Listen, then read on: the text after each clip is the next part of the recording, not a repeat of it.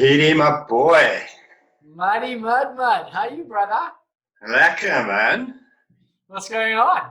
Shit. Just surviving lockdown at the moment, eh? Crazy, right? It's actually mind-blowing, mental. It's surreal almost. I know, it's bizarre, dude. I can't make it out. It's like after traveling so much and then now like being locked down. At least I've got lots going on at the moment, like from the films that we're finishing off. So it's kept me super busy. But do you find that like your work, the work day weeks and the weekends, it kind of all just blurs into one? Exactly, bro. Right now we're supposed to be releasing Carissa's movie. Yeah. And we're supposed to be like in Honolulu, in Hawaii, in LA, in New York, Cape Town, and London. We're supposed to be doing like a premiere tour with it, and that's not happening, bro. It's just getting released online. So. But and what's the difference? I mean, like I know I've got a bunch of stuff I want to chat to you about, but I mean, like just hanging on that. What's like the mindset now? You're releasing this thing as a digital premiere. And what do you think is the difference compared to actually physically going to all these places and engaging with the audience and like having a presence? Yeah, I think it's everything. I think, bro, like the reason why I make films is to sit there in a cinema, in a theater and watch people engage and enjoy it, right? Ultimately, I make these films and I'm invested in it because I love entertaining people.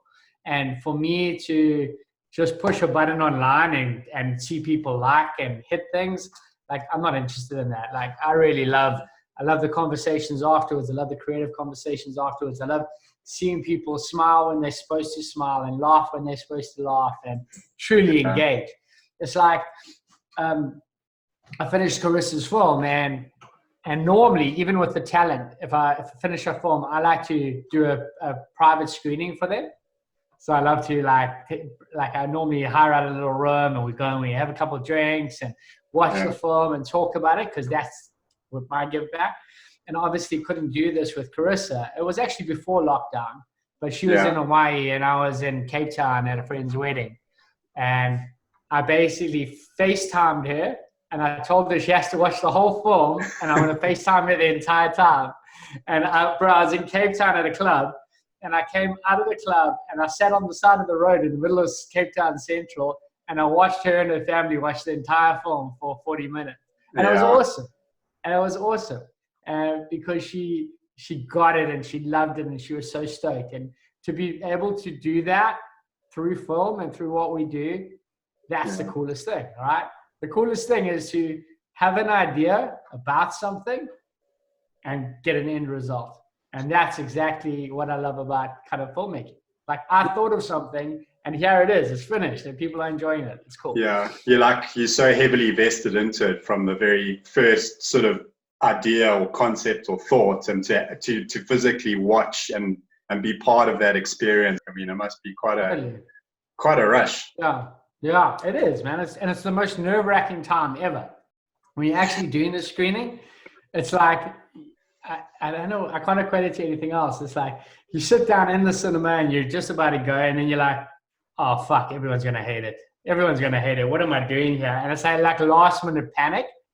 And then you kind of settle in and somebody gets up to go to the toilet and you're like, fuck, why is he going to the toilet? Why would he go now? Does he hate it? So you're questioning yourself the whole time. And it's just that excitement, man.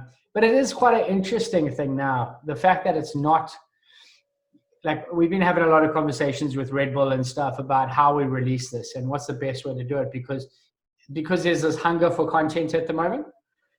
So there's a lack of content. So people are consuming content really, really quickly. And my argument around that is like, do we just put that straight out into the market and like let people absorb it? Does it just become another piece of content that gets consumed really, really quickly? Or does it become unique? And that's why I love the idea of doing these screenings and stuff because I think it gives it a unique voice.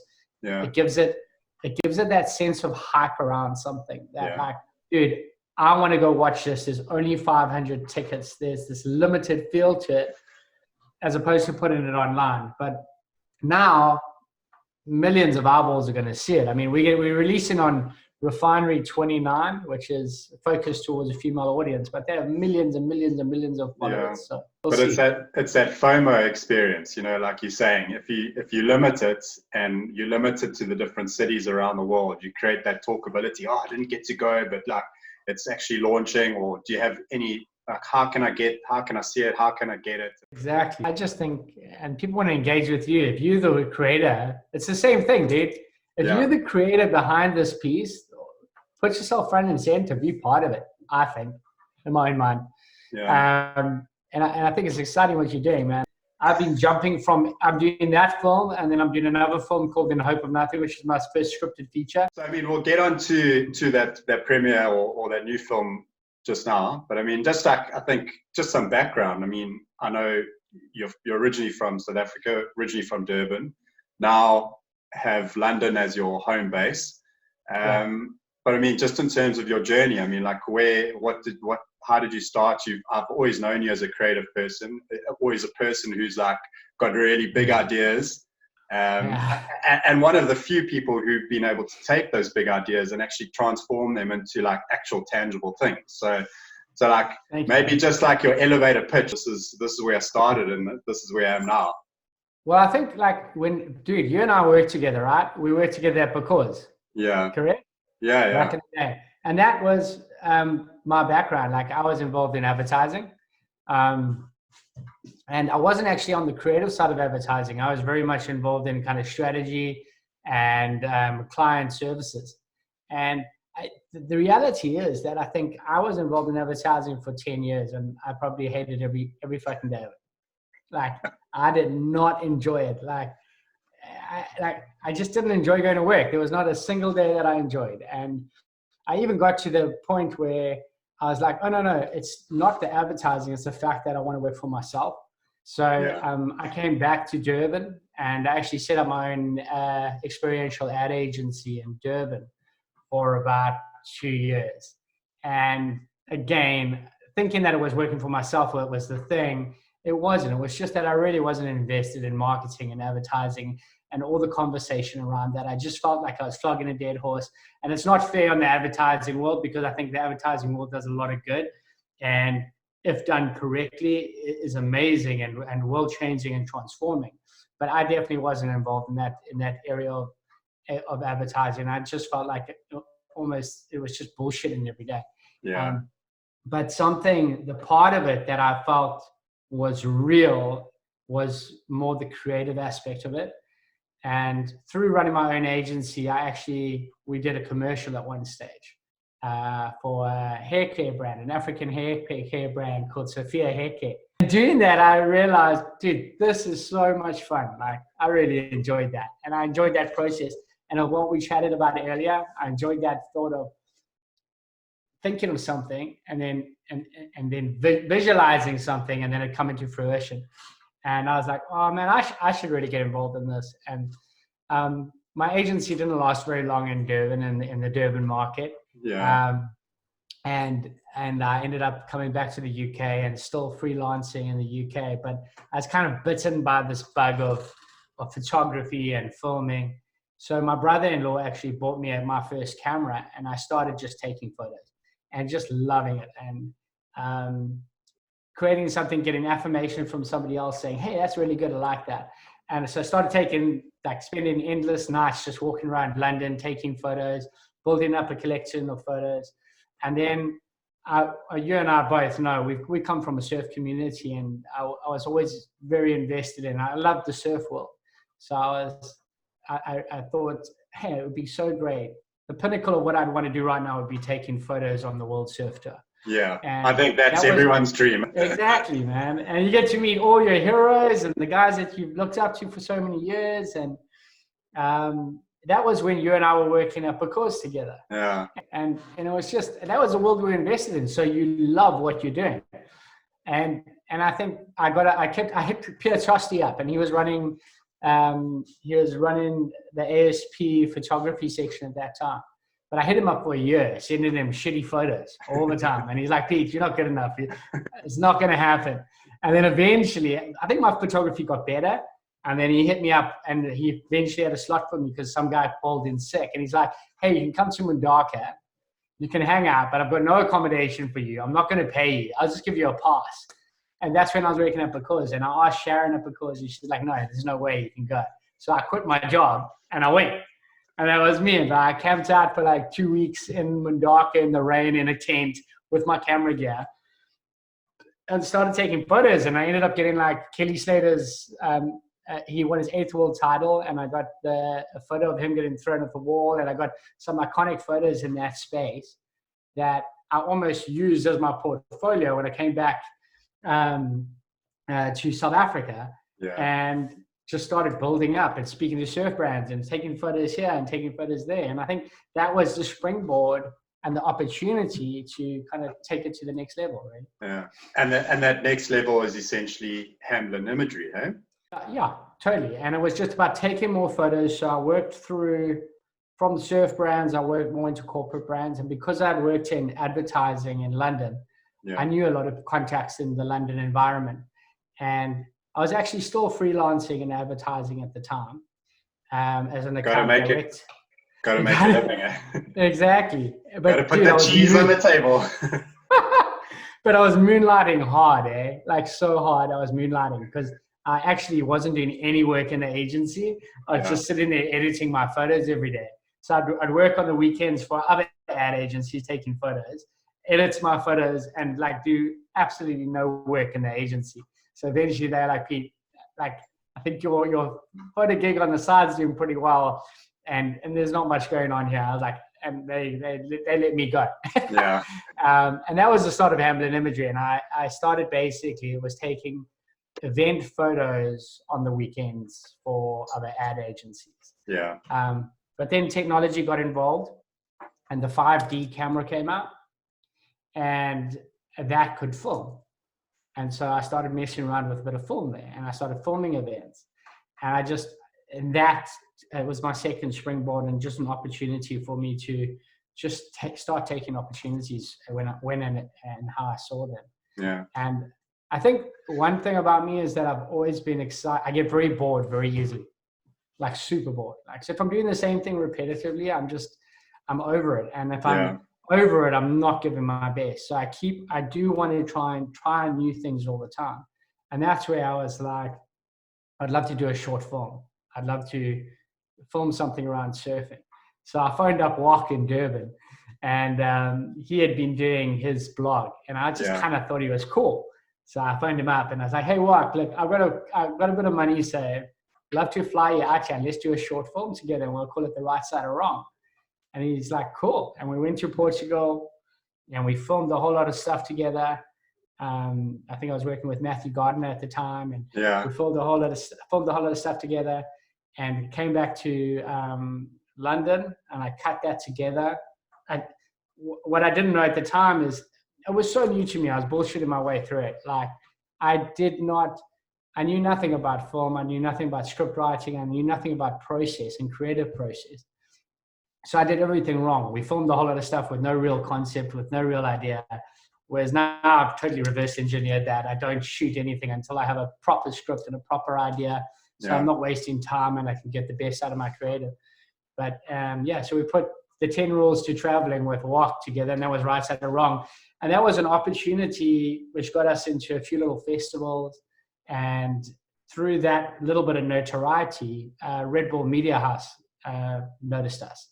Yeah. There's a guy at Red Bull Media House called Evan Fontaine, and he reached out to me and he was like, hey, I saw Right Side of Wrong. I'm kind of thinking about doing this series with Red Bull for this amount of money. We'd love you to start tomorrow if you can. And it was amazing, dude, because first of all, Red Bull at that stage was like, are you kidding me? Like any filmer just wanted to work with Red Bull. And I was like, yeah, sweet. And literally 2 days later, they put the money in my account. They didn't know me from above. So like they put the money in my account, and then a week later, I was off to Australia filming a 4-part series. Yeah. And that was a massive opportunity for me. But what is that feeling? I mean, like going for, like you say, hustling hard to getting Red Bull, to putting like a lump of cash in your bank account, like what does that make you feel like? You know, is it I've arrived?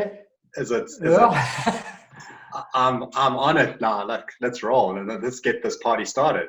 It totally does. It's like the one main thing is affirmation for the hard work that you've been doing, which I think is great. Like somebody's believing in your creative, because up to that point, you're the one kind of pushing your creative the whole time, saying, no, I'm a creative, I'm a filmmaker, but no one's really reinforcing that. Yeah. When Red Bull came on board, they kind of gave me affirmation for what I was doing, and it was reinforcing that I was doing a great job. But it was, 100% on a very raw level. It was like, shit, bro, made it. It's happening. Which I soon realized that it was not made it. First step in a long row of steps. But I was quite young and naive at that stage. And yeah, it definitely felt like it's just incredible. It felt incredible to travel. Like for the first time, really, with filming, I was traveling and meeting these amazing people. Like I think in the first series I did, it was a 4-part series called The Ripple Effect, and we met all the Cooley kids. So I was hanging out with Mick Fanning and Joel Parkinson at the time, and filming their story. And so it was great, man. It was cool. So I mean, like to people like me and like other guys, I mean, like that's pretty much living the dream right there. But I think, I mean, like you say, it's only was the first stepping stone to something much bigger, something much greater. I think, I mean, like were you comfortable with where you were there, or did you always just have a bigger dream, saying like, I know where I want to be, and this is like, I'm on the right path now? I think the grass always looks greener on the other side. And then when you get to the other side, you're like, okay, this is what this is. And it, to me, it's not about wanting more, and it's just about wanting to constantly create and constantly do things differently. And that's what I think is exciting about life in general. Yeah. I just don't like, and that's why I never liked a day job, and I never liked sitting behind a desk, because of the monotony of it. Yeah. So it's quite funny. I was talking to Carissa yesterday, and I did like the same kind of blog thing with her. And hanging out on the world tour with them, I truly think that they live an amazing, amazing life, right? Those pro surfers live an amazing life. They go to travel to the most exquisite places in the world. They meet the coolest people. They have so many great opportunities. But I think they become a bit jaded. And I spoke to Riss, and she's like, definitely. She'd been doing it since she was like 10. She'd been not on the world tour, but surfing professionally. Yeah. So it just becomes super jaded. And I think it's the same with filming. That you're caught and you start doing a series and you become a bit jaded in that space. And it becomes the same. So that's what propelled me to step it up and do, okay, I want to do my first kind of feature-length documentary. And that's where I and I also want to write it, and I want to really get behind the creative, and I want to push myself to see, because it's scary as shit creating things, because you basically create this thing and you put this baby out there for the world to judge. And once it's out there, it's done. Like, dude, it's make or break as well. And that's quite an exciting process. So I think that's what happened with Let's Be Frank. It was like, okay, let's step it up. Yeah. Let's turn it up a gear. And I mean and it was quite a different concept to your standard type of like surf film. Exactly. And you have to, like what you're creating, you have to, you don't do it for other people initially, you do it for yourself. Yeah. It's a feeling that you get out and you put it out there and you're like, oh fuck, well, there it is. And then you hope that it's entertaining and enjoyable enough that people are really going to grasp it. And because I think the driving force behind why we make films is to entertain, right? That's why films came out. They're to inform and to entertain. And I've done a lot of reading on script writing and story and everyone. And I think it became very gimmicky at one stage that everyone, especially in the surf world, was throwing out, oh yeah, you have to have a sense of story. That's what's different from the surf porn at the time. Yeah. And so everyone's told the same boring story. And if your mom's sitting across the dinner table from you and she's telling you the same story you've heard 50 times before, you're going to be bored. Yeah. You're going to be bored. And so to me, it was really about, okay, fuck, how do I really entertain these people? How do I try and change it up a little bit? And that's where Let's Be Frank came about, that whole conspiracy theory about someone's life. And it was at that time, it was tapping into social media because I had seen Frank on social media. I didn't know him. And it seemed like he lived this most extravagant life and crazy, like, girls and parties and stuff. And I met him one night at a party and I was like, man, you live the most craziest life. Like, it's incredible. And he's like, not really, eh? I'm like, what do you mean? And the truth behind it is he's a super humble dude who doesn't have any money, who travels and works, and then still risks his life surfing massive waves. Yeah. And it was so poignant to me at that time that social media gave me this totally other view of him. And that's where the whole conspiracy theory came up. And also it was, if you talk about a creative's journey, for me, that process was, I want to learn a shitload. So I want to know how to do an assassination scene. I want to know how to do a fight scene. Yeah. I want to know how to do a sex scene. I want to know how to show boobs on screen in a tasteful manner. Like, I want to, and that was it. So Let's Be Frank was a massive experimentation for me into film and for the guys that were working with me at the time. And it was the same. Like, we did the fight scene that we did with that. We actually collaborated with the stunt choreographer that did Sherlock Holmes. Oh, yeah. You know, the fight scenes, it's the same guy, and the same guy who does Vikings. And because no stunt choreographers wanted me to punch people in the face. They didn't want me to hit anyone. Yeah. And it all looked so fake and shit. And I was like, that's bullshit. In Sherlock Holmes, they punch guys. So I found that guy and I started talking to him, and he kind of like did a pro bono job for me and got involved. And that's why it turned out so sick. Yeah. And I guess, like, so you're not necessarily a one-man band. You've got a team behind you, or a team who works with you. And like, so what is that like? Yeah, so I think when I started out, I was a one-man band, and I think as you realize quite quickly that when you, if you want to try and grow within this field, you as an individual need to choose a direction of especially in production, what you want to do, because there's so many different roles. And I wanted to write and direct. I didn't want to shoot as much. So the only way I'm able to do what I do today is because I have an amazing team around me. Yeah. And I built that up over the years to select few people. So my company consists of myself, my producer, my DP. So my producer's name is Frankie Fogg. My DP is Sam Jura. And then we have an in-house editor and assistant called Zach. And that core team allow me to just express myself in my own way. Yeah. And that's the reality of it. So they really are a massive support structure to me. If I didn't have that, and I didn't have that in play, I'd still be running around doing odd jobs, trying to make ends meet. Yeah. Whereas now I don't need to worry about making ends meet. I can worry about how do I grow this entity? How do I come up with ideas that are going to push us forward within the world of film?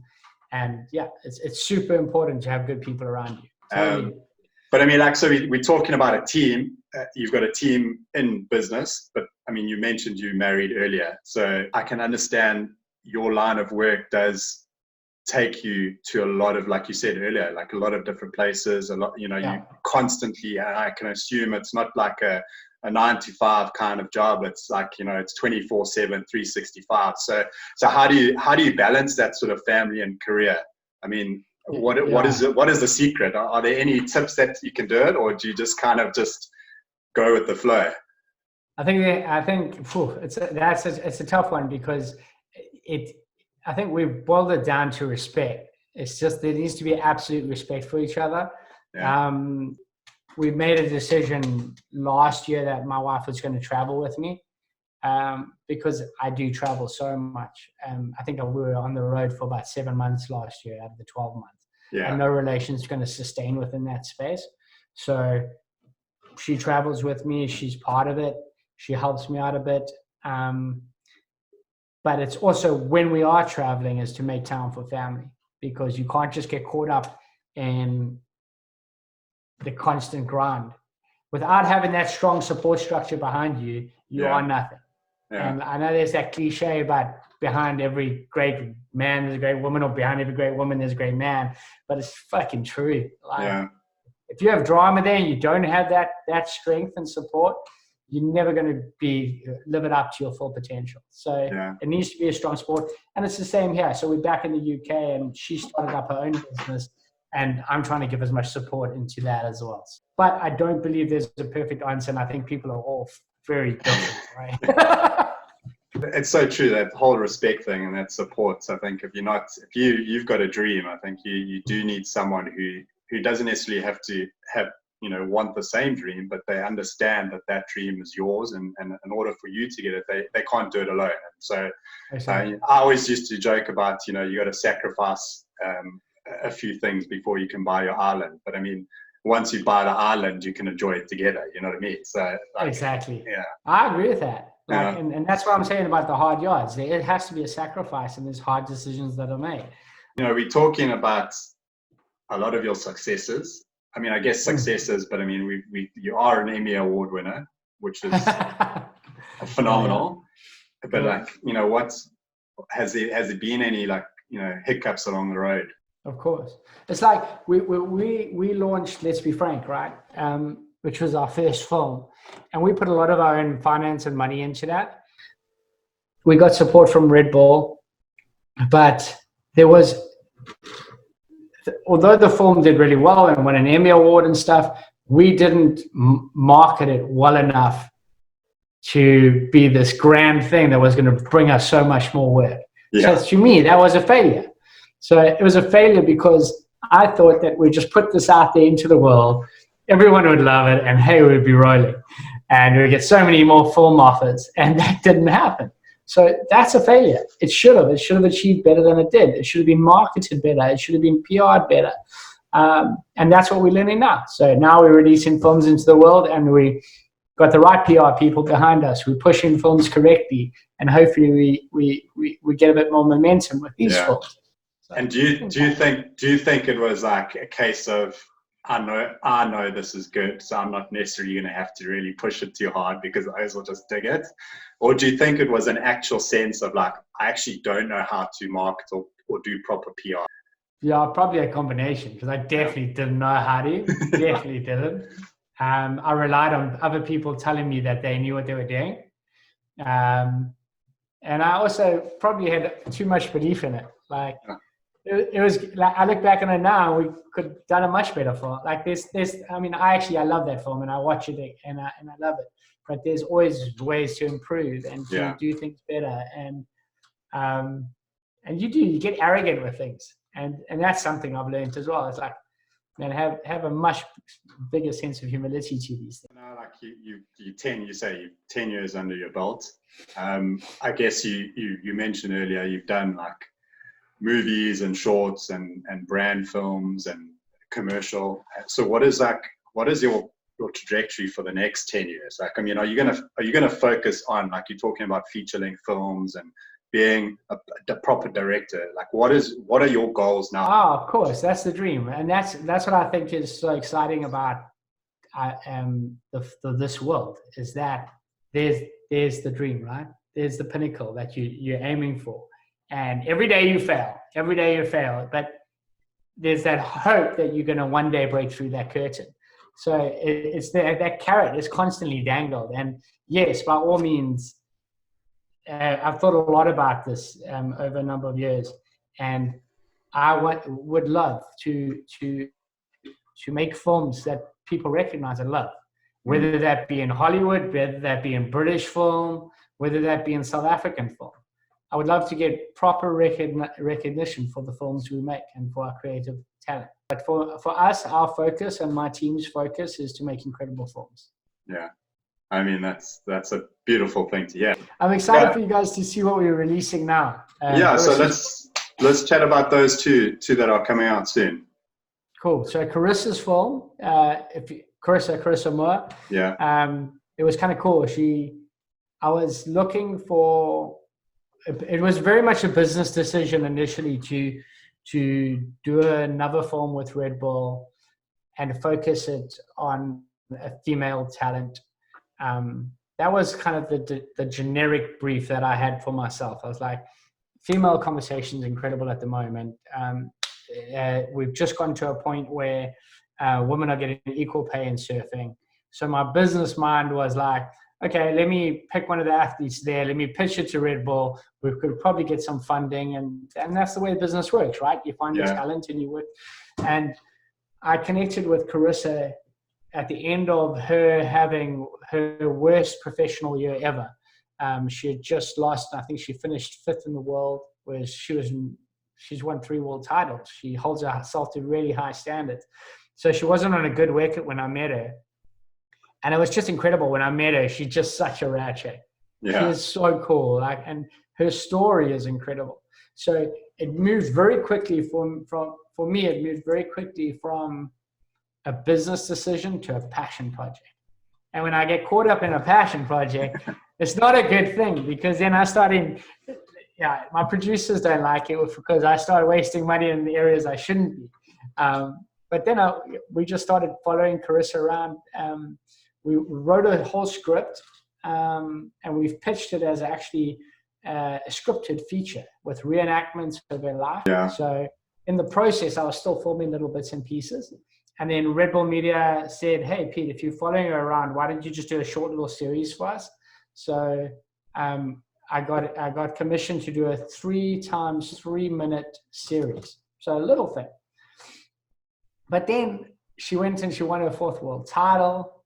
She got accepted into the Olympics and became one of the first Olympians in surfing. And it was just such a great story. From being worst in the world, I mean, her worst career position, to winning her 4th world title. And I had all this cool content. So I was like, oh man, I got to do something more with this. I got to do something more. And what I realized through the process was, it's amazing how I initially approached this as a business decision, but then I became friends with her over time and it became a passion project for me. So that's what the film became. The film became, let's show the world what Carissa is like as a friend. Let's peel back that professional layer of who she is, because everyone sees that professional persona. Let's peel back a few layers and let's just show who she is as a friend and who the Carissa we got to know. And that's what the film is. So the film's called Riss, which is her nickname, and it's super fun. It's very mixed media. She loves scrapbooking. That's what she does in her spare time. And so scrapbooking is mixed media, right? It's photos, and that's what this became. So that was my inspiration from a treatment perspective. It was like, I'm going to make this very mixed media, but I'm also going to take it back and have fun with it. So I never shot anything on 8mm film. Yeah. Got an old school film camera, which is an M3, like an M3, and I never really shot anything on that. So I just took all these old cameras, plus like some of the best high-end cameras with some amazing DPs like Chris Bryan, who shoots amazing water cinematography at 1,000 frames on a Phantom. And I combined that all and made this mismatched scrapbook kind of film called Riss. And that comes out on Refinery 29 on I think the 7th of May, and then it's on Red Bull TV on the 11th of May.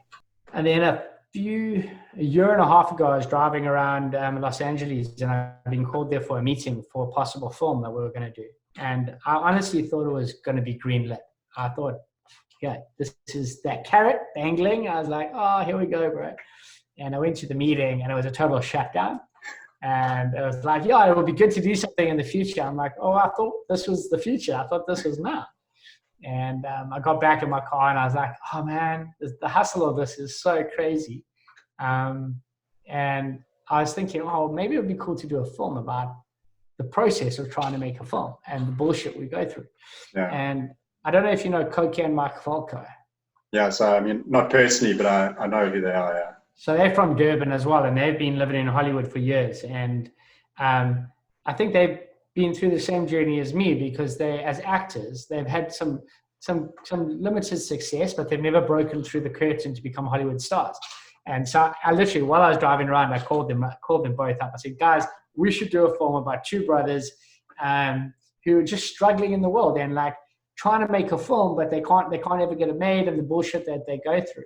And we should call it In Hope of Nothing, because that's what life feels like at the moment. It's like you get so super excited and then nothing comes to fruition. And we've been working on that for the past 6 months, and we've got some decent talent involved as well. As Koki and Mike are the two brothers that are starring in the film. And it's all about their story about how 3 years ago they tried to make a Space Odyssey film, but they couldn't agree on the characterization of the lead character. So it all fell to shit. But now they've got an opportunity to get money back, and it's how they approach that and how they go through the process. And we started shooting that about 6 months ago. We ended up getting Kellen Jones involved. Kellen Jones is a BAFTA-winning Best Actor. He beat Anthony Hopkins in the last BAFTAs for Best Actor. And he's an incredible guy, and he's teaching us so much. So he's been part of the process as well. And we've cut it almost like a pilot now. So it's like a 20-minute pilot, which I'm finishing off now this next week. And then that will be released through Panasonic, because Panasonic helped us fund it in the next month or so. And it just seems like, just going back to what you're saying about the Polko brothers, and a lot of the features that you have done, you've brought in a lot of like the homies from like Durban or Cape Town or whatever. I mean, is that like part of your plan, like, going forward as well, to just try and like get as many of your mates famous as possible? We have the connections in South Africa, and there's always a way to get into the talent in South Africa through somebody in Durban, because Durban's so small. Everyone knows everyone. Everyone knows everyone. There's definitely that, but there's definitely, I'm patriotic, man, and I want to give. I'm a South African filmmaker. I want to use South Africans, of course, and I want to try and build that up, and I want to build a crew around me so we can bring some of that back to South Africa for sure. Awesome. Pete, I really appreciate it. It's all good, bro. Cheers, brother. Cheers, Pete. Thanks again, my man. Yeah, thank you. Cheers, man.